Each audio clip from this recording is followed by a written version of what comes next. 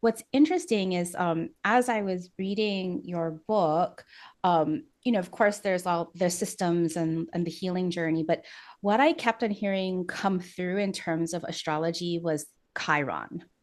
Do you work Yes, with Chiron? I'm not surprised. It's interesting because I started working outwardly on colorism in 2011, and then in 2013 I started colorism healing, and I hadn't started studying astrology back then. Yeah. I think had I like already been versed in astrology, it might have mapped differently.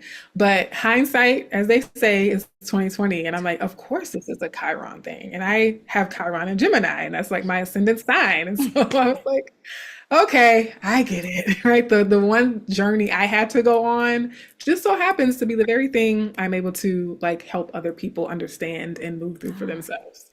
Well, so I hadn't yet pulled your chart by this when I first started reading, and I was reading. Okay. I was like, oh, I can see Chiron all over. I was like, I bet you she has like some like sun conjunct Chiron or something. And then when I pulled your chart, I was like, ding, ding, ding, ding. I was like, Chiron is like so prominent in your chart, like Chiron and Gemini. And for the listeners, like, I love working with Chiron, especially in the leadership sensibility, because Chiron is literally what we can't heal in ourselves, we can heal in others. And everything that we do to get over our greatest pains, and you shared such a painful, challenging childhood, right? That I was like, okay, what is the context that this Chiron is giving you? Because ultimately it's a gift. If you didn't have that pain, you would not have the purpose that you are living now.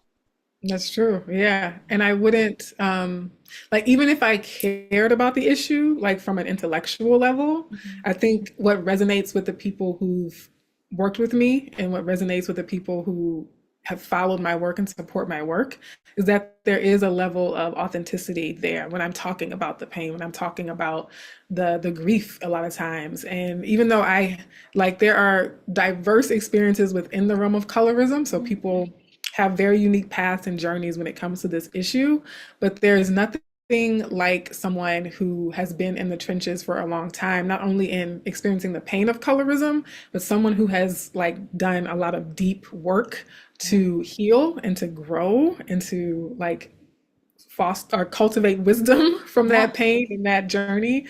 And I think people just really see that and it resonates. So Chiron makes a lot of sense. And now that you're saying this, I'm thinking I should be more conscious and intention with tracking Chiron when it comes to this work.